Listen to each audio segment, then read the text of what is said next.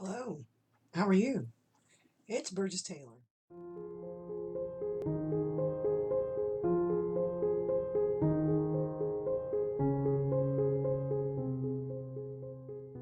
And today I'm going to talk about writing because I have been writing again. It's been a very good week so far.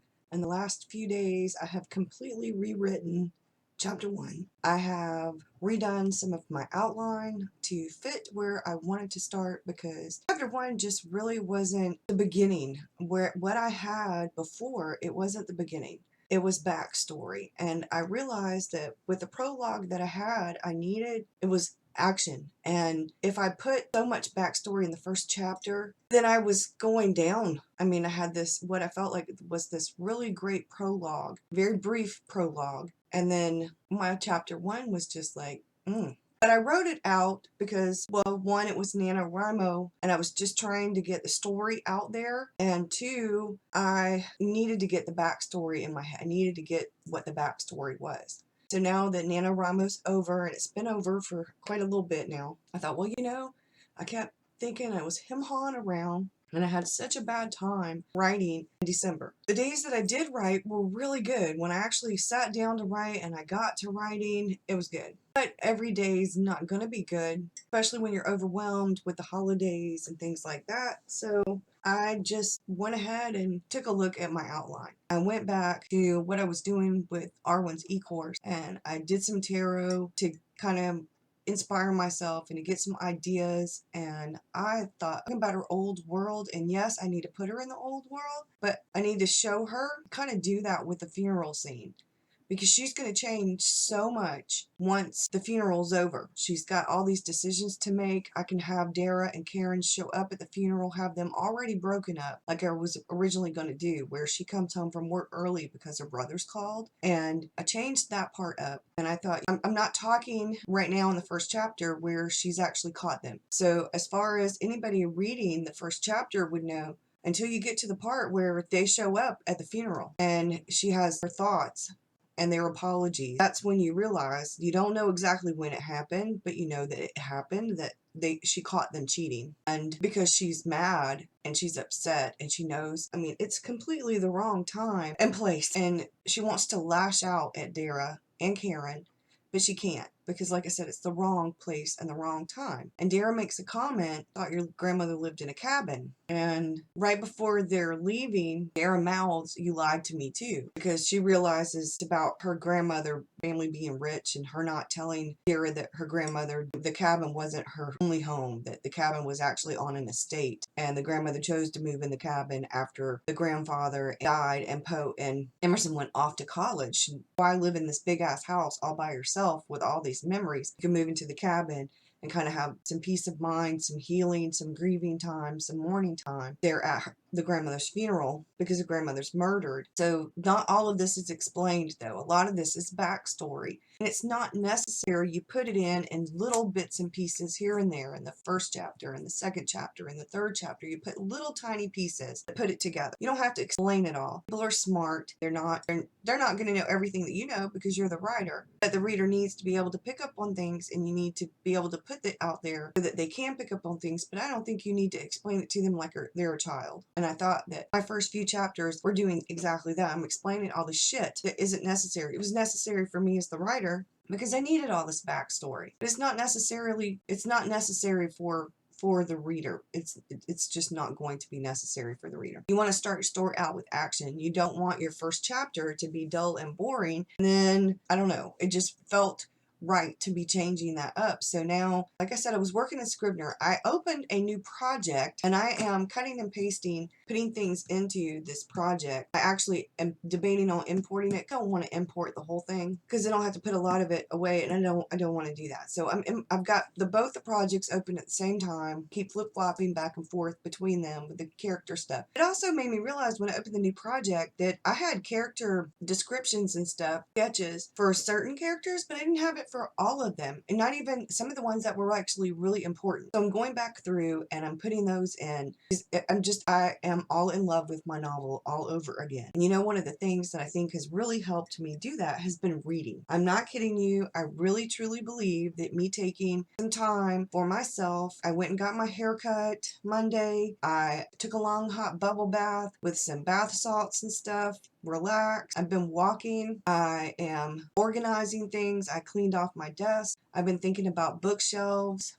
But I think what's important for me is that I have actually taken time for myself. I've went back to reading. I've taken some time to rest. Self-care is important. And I know I need to hydrate more though. I drink way too much coffee. I love coffee. I don't know. I drink sweet tea. I drink Dr. Pepper on occasion. And I like flavored water. I only like regular water when it's summertime and it's cold. I only want to drink regular water when I'm hot. And in the wintertime, regular water is not something I want to drink. I could drink hot tea without caffeine in it. And I've been doing the juicing thing, which is really good. So I'm going to go grocery shopping again Friday or Saturday, and I'll pick up more of the stuff to make more of the smoothies. I feel a lot better when I do the smoothies every day. I usually have a smoothie for breakfast. After I go walking, I'll have a cup of coffee. Sometimes I drink the smoothie before I go walking. And I think that works a little bit better for me. And then when I get back from walking, then I'm making coffee while I'm taking a shower and stuff. I think that's probably what I'm going to continue to do. Is I've been trying to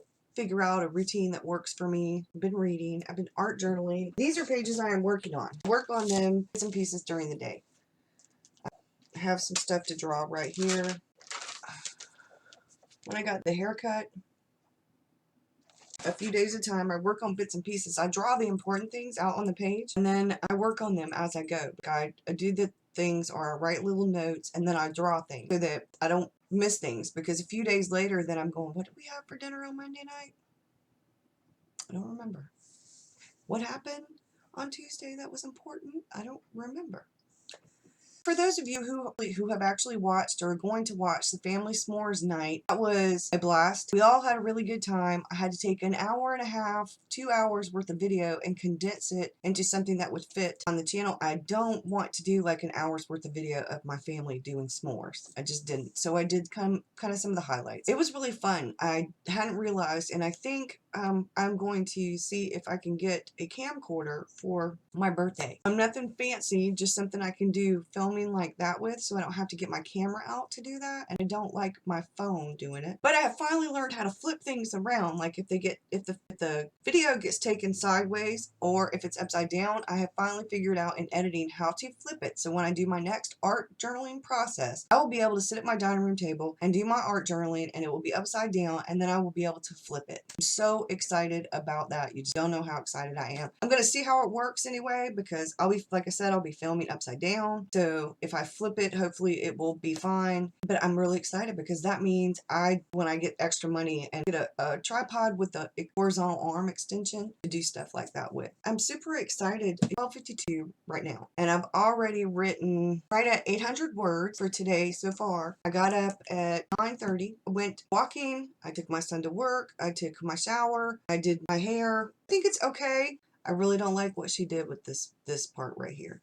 See how this one lays? How pretty this one lays? And then you see how kind of jacked this one lays. Yeah, so now that I've rambled for 15 minutes or so, I'm gonna have to edit this. But the writing is going so well and the reading is going so well. I'm just so happy. I feel like this year is really the year. I'm going to continue to work in the planner and the workbook. Really excited about how this is going. I want to get the Big Magic book by Elizabeth Gilbert, and I'm back to doing The Artist's Way. Started that again this week, and I think it's really important to embrace your creativity. Your imagination is what fuels the creative process, and along with your imagination, then you're more passionate, you're more inspired, you're more motivated, it feels more relevant, and I think it helps you be more resilient when it comes to things like self-doubt and insecurity, that why am I doing this? I don't know why I'm bothering. When that kind of hits you, the creative spark that's within you that makes you want to write a novel or draw or illustrate or any of that kind of stuff, the flame is stronger, brighter, bolder when you feed the creativity, when you feed your imagination. And that's what a lot of this is doing for me. And maybe that's why I'm feeling so good, is that this week versus last week in the the very beginning of January, the very end of December. Because the beginning of December, I wasn't so bad. It was that 2 weeks, the week of Christmas and the week of New Year, that just was like, for me, because of the holidays, because there were so many people around, because I didn't have any real solitude very much, because I didn't have time to create, because I was really busy doing a lot of things around a lot of people, and it just took so much out of me. I was able to do things and I got a lot of things done, but it took so much out of me. I didn't have enough me time during that. So I'm going to change that when the end of this year comes, for Christmas and for holidays.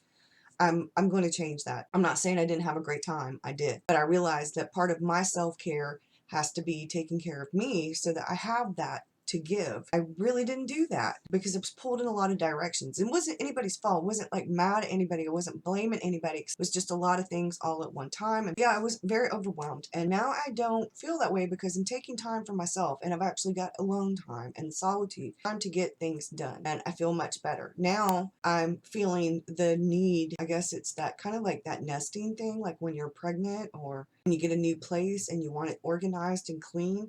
Because I am redoing things little by little, I am really feeling that. The urge to organize, the urge to get rid of stuff. And I want things in their place. I want to have a place for everything. I want to get rid of the junk, and I'm letting go of a lot of things, and it makes me feel a lot better. But the writing, the writing's just going so well. But anyway, I know I'm going to need to add a few more things, and I know I'm going to edit some of the stuff.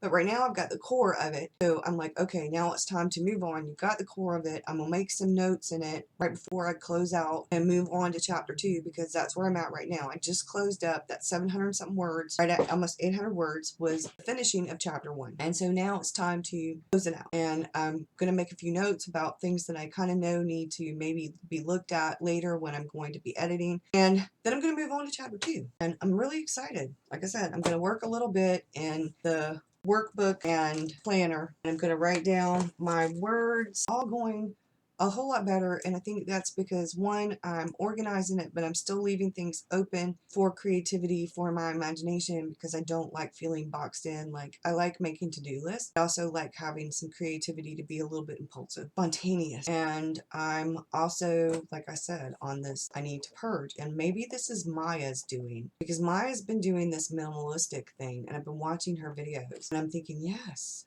I need to, yes. But then I'm like, oh, I don't know.